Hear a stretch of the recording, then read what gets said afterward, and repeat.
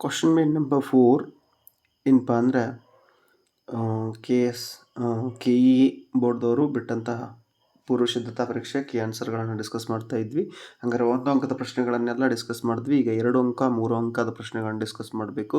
ಹಾಗಾದರೆ ನಿಮ್ನಲಿಖಿತ ಪ್ರಶ್ನೋಕ್ಕೆ ಉತ್ತರ 2 या 3 वाक्यों में लिखिए ಅಂತ ಕೇಳಿದ್ದಾರೆ. ಹಂಗಾರೆ 17th ಕ್ವಶನ್ ಏನಿದೆಪ್ಪ ಅಂದರೆ प्रेमचंद के विचार में फल सब्जियों को खाने से क्या लाभ है? प्रेमचंद के विचार में फल सब्जियों को खाने से क्या लाभ है ಅಂತ ಒಂದು ಕ್ವಶನ್ ಇದೆ. ಹಂಗಾರೆ ಇದರ ಆನ್ಸರ್ ನೋಡೋಣ.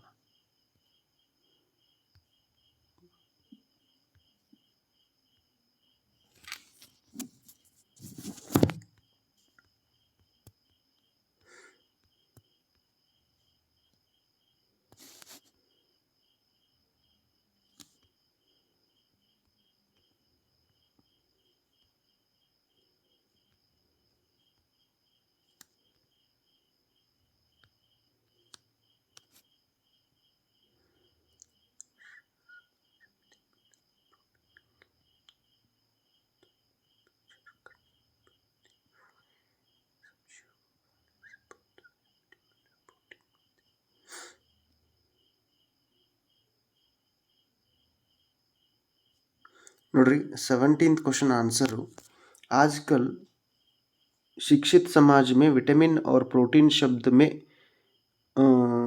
विचार करने की प्रवृत्ति हो गई है. सब्जियों को खाने से बहुत सारे विटामिन और प्रोटीन मिलते हैं. विटामिन और प्रोटीन मिलते हैं. ನೋಡ್ರಿ 18th क्वेश्चन ಏನಿದೆ गिल्लू मानव से अधिक भावपूर्ण प्राणी है. किन बातों से ज्ञात होता है? गिल्लू मानव से अधिक भावपूर्ण प्राणी है. किन बातों से ज्ञात होता है? आंसर ಏನಪ್ಪ ಅಂದರೆ लेखिका की गैर हाजिरी में जब उनके कमरे का दरवाजा खुल जाता गिल्लू अपने झूले से उतरकर दौड़ता और फिर किसी दूसरे को देखकर अपने घोंसले में जा बैठता था. लेखिका की अस्वस्थता में गिल्लू तकिए पर सिरहाने बैठकर अपने नन्हे नन्हे पंजों से लेखिका के सिर और बालों को हौले हौले सहलाता रहता है. इಷ್ಟು ಏನಪ್ಪ ಅಂದರೆ question number 18 answer. Question number 19 सम्मेलन में लेखक परसाई जी को क्यों बुलाया गया था? सम्मेलन में लेखक परसाई जी को क्यों बुलाया गया था? आंसर. क्वेश्चन नंबर 19 आंसर सम्मेलन का उद्घाटन करने के लिए लेखक परसाई जी को बुलाया गया था क्योंकि लेखक के आगमन से ईमानदारों तथा उदयीमान ईमानदारों को बड़ी प्रेरणा मिलेगी. ऐसे सोचकर आयोजकों ने लेखक को बुलाया था. क्वेश्चन नंबर 20 दोनों रोबोट अंत में क्यों खुश हुए? दोनों रोबोट अंत में क्यों खुश हुए? क्वेश्चन नंबर 20 आंसर रोबोटों के कारण किसी इंसान को नुकसान नहीं झेलना पड़ा इसलिए दोनों रोबोट अंत में खुश हुए. रोबोटों के कारण किसी इंसान को नुकसान नहीं झेलना पड़ा इसलिए दोनों रोबोट अंत में खुश हुए. Question number 20 answer. इन 21 ನೋಡೋಣ. क्वेश्चन नंबर 21 कविता में भारत माता का स्वरूप कैसा वर्णित है? क्वेश्चन नंबर 21 कविता में भारत माता का स्वरूप कैसा वर्णित है? क्वेश्चन नंबर 21 आंसर मातृभूमि अमरों की जननी है. भारत माता के एक हाथ में न्याय पताका है जो न्याय का प्रतीक है. दूसरे हाथ में ज्ञान का दीप है जो ज्ञान का प्रतीक है. भारत माता न्याय तथा ज्ञान द्वारा बच्चों को मार्गदर्शन कर रही है. ಹೌದಾ ಇದೇನಪ್ಪ ಅಂದರೆ ಆನ್ಸರ್. ಹೌದಾ ಕ್ವಶನ್ ನಂಬರ್ 22 ನೋಡೋಣ. बलराम कृष्ण के माता पिता के बारे में क्या कहता है? क्वेश्चन नंबर 22 बलराम कृष्ण के माता पिता के बारे में क्या कहता है? Answer. Question number 22 answer Balram कहता है कि कृष्ण तुम यशोदा के पुत्र नहीं हो. तुम्हें मोल लिया गया है। कृष्ण तुम काले हो और यशोदा और नंद दोनों गोरे हैं, क्योंकि तुम उनके पुत्र नहीं हो। इस तरह कृष्ण के माता पिता के बारे में बलराम कहता है बलराम कहता है। क्वेश्चन नंबर 23, शनि को सुंदर एवं मनोहर ग्रह क्यों माना जाता है? शनि को सुंदर एवं मनोहर ग्रह क्यों माना जाता है? क्वेश्चन नंबर 23 आंसर, शनि ग्रह के चहु और वलय है, चहु गोला और दिखाई देता है। प्रकृति ने इसे ग्रह के गले में खूबसूरत हार डाल दिए हैं। शनि के इन वलयों या कंकनों से इन ग्रह को सौर मंडल का सबसे सुंदर एवं मनोहर ग्रह बनाया है। इसलिए शनि को सुंदर एवं मनोहर ग्रह माना जाता है। ಅಥವಾ ಇನ್ನೊಂದು ಪ್ರಶ್ನೆ ಇದೆ ಅಲ್ಲಿ, शनि को ठंडा ग्रह क्यों कहते हैं? शनि को ठंडा ग्रह क्यों कहते? शनि सूर्य से पृथ्वी की अपेक्षा करीब 10 गुना अधिक दूर है। शनि सूर्य से पृथ्वी की अपेक्षा करीब 10 गुना अधिक दूर है। सूर्य का ताप शनि ग्रह पर बहुत कम पहुंचता है। शनि के वायुमंडल का तापमान शून्य से नीचे 150 डिग्री सेंटीग्रेड की आसपास रहता है। इस कारण से शनि ग्रह को ठंडा ग्रह कहा जाता है। क्वेश्चन नंबर 24, लेखक के अनुसार सत्य का क्या स्वरूप है? ಕಿನಿದು ನಾಗರಿಕೋಕೆ ಕರ್ತವ್ಯಲಿಖಿ ಅಂತ ಕೇಳಿದ್ದಾರೆ ಅಥವಾ ಕ್ವಶನ್ ಎರಡಕ್ಕೂ ಆನ್ಸರ್ ಮಾಡೋಣ। ಫಸ್ಟ್ 24, लेखक के अनुसार सत्य का क्या स्वरूप है? सत्य बहुत भोला भाला, बहुत ही सीधा साधा, अपने आंखों से जो देखो बिना नमक मिर्च लगाए बोल दिया, यही सत्य होता है। दृष्टि का प्रतिबिंब, ज्ञान की प्रतिलिपि और आत्म की वाही ही उसका रूप है। ಹೌದಾ? ಇಷ್ಟು ಏನಪ್ಪ ಅಂದರೆ ಕ್ವಶನ್ ನಂಬರ್ 24 ಆನ್ಸರ್। ಇದಕ್ಕೆ 6 ಟೈಪ್ ಕ್ವಶನ್ ಇದೆ, ಅದನ್ನು ನೋಡಿ। किन्हीं दो नागरिकों को किन्हीं दो नागरिकों के कर्तव्य लिखिए। किन्हीं दो नागरिकों के हैसियत से हमें अपने देश के राष्ट्रध्वज, राष्ट्रगान, राष्ट्रीय त्योहार आदि का आदर करना चाहिए। ಹೌದಾ? ಇಷ್ಟು ಏನಪ್ಪ ಅಂದರೆ 2 ಅಂಕದ ಪ್ರಶ್ನೆಗಳು। ಇನ್ನು 3 ಅಂಕದ ಪ್ರಶ್ನೆಗಳನ್ನು ಡಿಸ್ಕಸ್ ಮಾಡಬೇಕು। Question note. ओके, क्वेश्चन में नंबर 5, निम्नलिखित प्रश्नों के उत्तर 3-4 वाक्यों में लिखिए। क्वेश्चन नंबर 25, कलाम के चरित्र निर्माण में जलालुद्दीन का योगदान स्पष्ट कीजिए। कलाम के चरित्र निर्माण में जलालुद्दीन का योगदान स्पष्ट कीजिए। आंसर, जलालुद्दीन हमेशा कलाम जी के शिक्षित व्यक्तियों, वैज्ञानिक खोज, समकालीन साहित्य और चिकित्सा विज्ञान की उपलब्धियों के बारे में बताते रहते थे। वही थे जिन्होंने कलाम जी की सीमित दायरे से बाहर निकालकर नई दुनिया का बोध कराया। इस 25th question answer. Question number 26, पंडित राजकिशोर मानवता के मूर्ति थे, कैसे बताइए। पंडित राजकिशोर मानवता के मूर्ति थे, कैसे बताइए।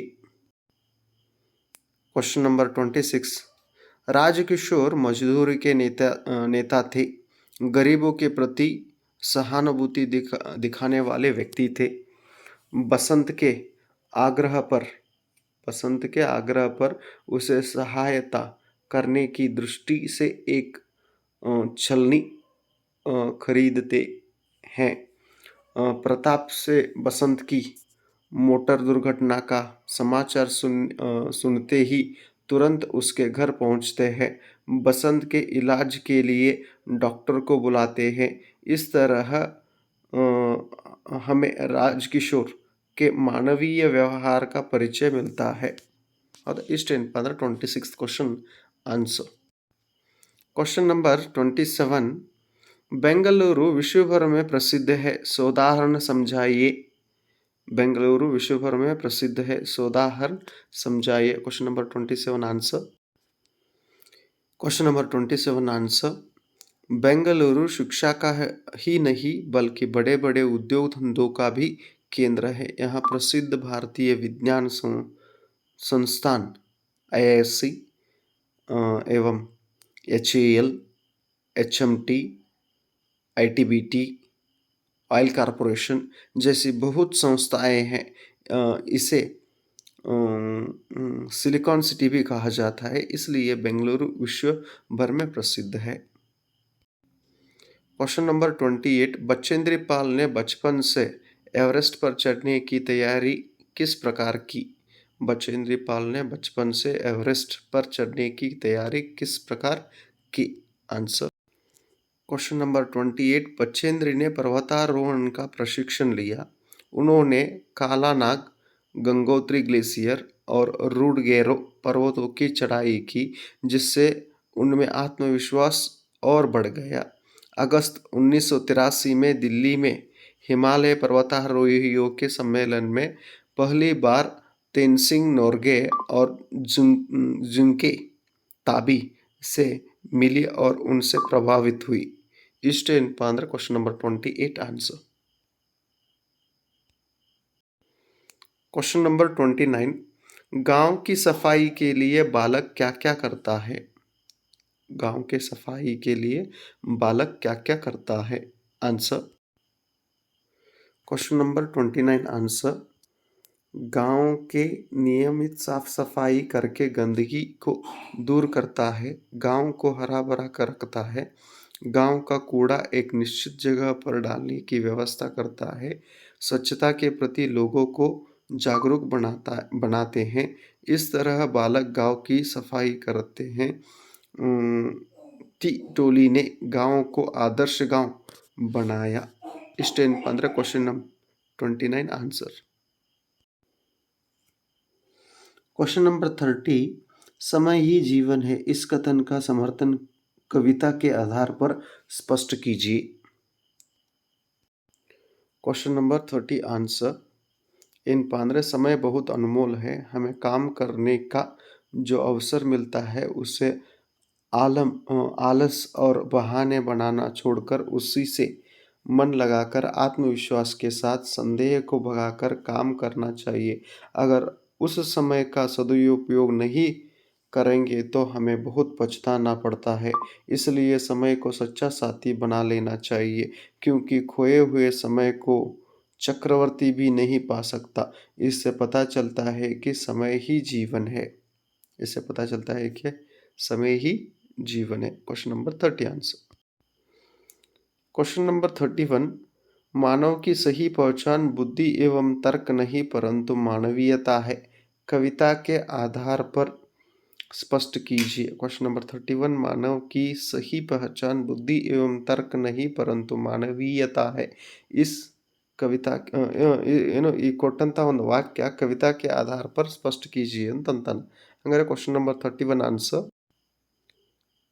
Question number 31। एक मानव को दूसरे मानव से प्रेम का रिश्ता जोड़कर आपस की दूरी को मिटाना चाहिए, स्वयं को पहचान कर भाईचारे को समझना चाहिए, बुद्धि पर हृदय की जीत करे वही विद्वान, वही ज्ञानी और मानव भी है। इष्ट इन 15। Question number 31 answer. Question number 32। निम्नलिखित दोहे का भावार्थ अपने शब्दों में लिखिए। राम नाम मणि दीप धरु, जीह दोहरी द्वार, ತುಳಸಿ ಭೀತರ ಬಹಿರೋ ಜೋ ಚಾಹಸಿ ಉಜಿಯಾರ್। ಇದೇನಪ್ಪ ಅಂದ್ರೆ ದೋಹ ಇದೆ, ಇದರ ಭಾವಾರ್ಥ ಬರಿಬೇಕು। ಹಂಗಾದ್ರೆ ನೋಡೋಣ ನೋಡ್ರಿ। क्वेश्चन नंबर 32 दोहे का भावार्थ ಕೇಳಿದ್ರು। भावार्थ ಏನಪ್ಪಾ ಅಂದ್ರೆ प्रस्तुत दोहे में तुलसीदास जी कहते हैं कि जिस तरह देहरी पर दिया रखने से घर के भीतर तथा आंगन में प्रकाश फैलता है, उसी तरह राम नाम जपने से मानव की आंतरिक और बाह्य शुद्धि होती है। इष्ट इन 15। Question number 32 answer. ಇನ್ನು 33 ನೋಡೋಣ। क्वेश्चन नंबर 33 ಏನಿದೆಪ್ಪ ಅಂದರೆ ಗದ್ಯಾಂಶಕ್ಕೆ ಅನುವಾದ ಕನ್ನಡಿಯ ಅಂಗ್ರೇಜಿ ಮೇ ಕೀಜಿಯೆ ಅಂತ ಹೇಳಿದ್ದಾರೆ, ಹೌದಾ? ಹಂಗಾರೆ ಕನ್ನಡ ಮೀಡಿಯಮ್ದವರಿದ್ದರೆ ಕನ್ನಡದಲ್ಲಿ ಮಾಡ್ತಾರೆ, ಇಂಗ್ಲೀಷ್ ಮೀಡಿಯಮ್ದವ್ರು ಇಂಗ್ಲೀಷಲ್ಲಿ ಮಾಡ್ತಾರೆ. ಹೌದಾ? ಯಾಕಂದರೆ ತೃತೀಯ ಭಾಷೆ ಅವ್ರಿಗೂ ಇವ್ರಿಗೂ ಸೇಮ್. कर्नाटक भारत देश का प्रगतिशील राज्य है. यहाँ की आबादी लगभग 6 करोड़ से ऊपर है. कर्नाटक में कन्नड़ भाषा ಬೋಲಿ ಜಾತಿ ಹೇ. ಇದನ್ನು ಕನ್ನಡಕ್ಕೆ ನಾವೇನು ಮಾಡಬೇಕಾಗಿದೆ? ತರ್ಜುಮೆ ಅನುವಾದ ಮಾಡಬೇಕಾಗಿದೆ. ನೋಡೋಣ. ನೋಡ್ರಿ ಮತ್ತೊಂದು ಸಲ. गद्यांश का अनुवाद कन्नड़ या अंग्रेजी में कीजिए. कर्नाटक भारत का प्रगतिशील राज्य है. यहाँ की आबादी लगभग 6 करोड़ से ऊपर है. कर्नाटक में कन्नड़ भाषा बोली जाती है. ಹೌದಾ? ಇದನ್ನು ಕನ್ನಡಕ್ಕೆ ಅನುವಾದ ಮಾಡಬೇಕಾಗಿದೆ. ನೋಡ್ರಿ ಕ್ವಶನ್ ನಂಬರ್ 33. ಹೌದಾ? ಕರ್ನಾಟಕ ಭಾರತದ ಪ್ರಗತಿಶೀಲ ರಾಜ್ಯ. ಇಲ್ಲಿಯ ಜನಸಂಖ್ಯೆ ಸುಮಾರು 6 ಕೋಟಿಗಿಂತಲೂ ಅಧಿಕವಾಗಿದೆ. ಕರ್ನಾಟಕದಲ್ಲಿ ಕನ್ನಡ ಭಾಷೆ ಮಾತನಾಡುತ್ತಾರೆ. ಇಷ್ಟು ಅಂದರೆ ಕನ್ನಡ ಟ್ರಾನ್ಸ್ಲೇಟ್ ಮಾಡಿತ್ತು. ಹೌದಾ? ಇನ್ನು ಕ್ವಶನ್ ನಂಬರ್ 5 ಏನಪ್ಪ ಅಂದರೆ 4 ಮಾರ್ಕ್ಸ್ಗಿದೆ.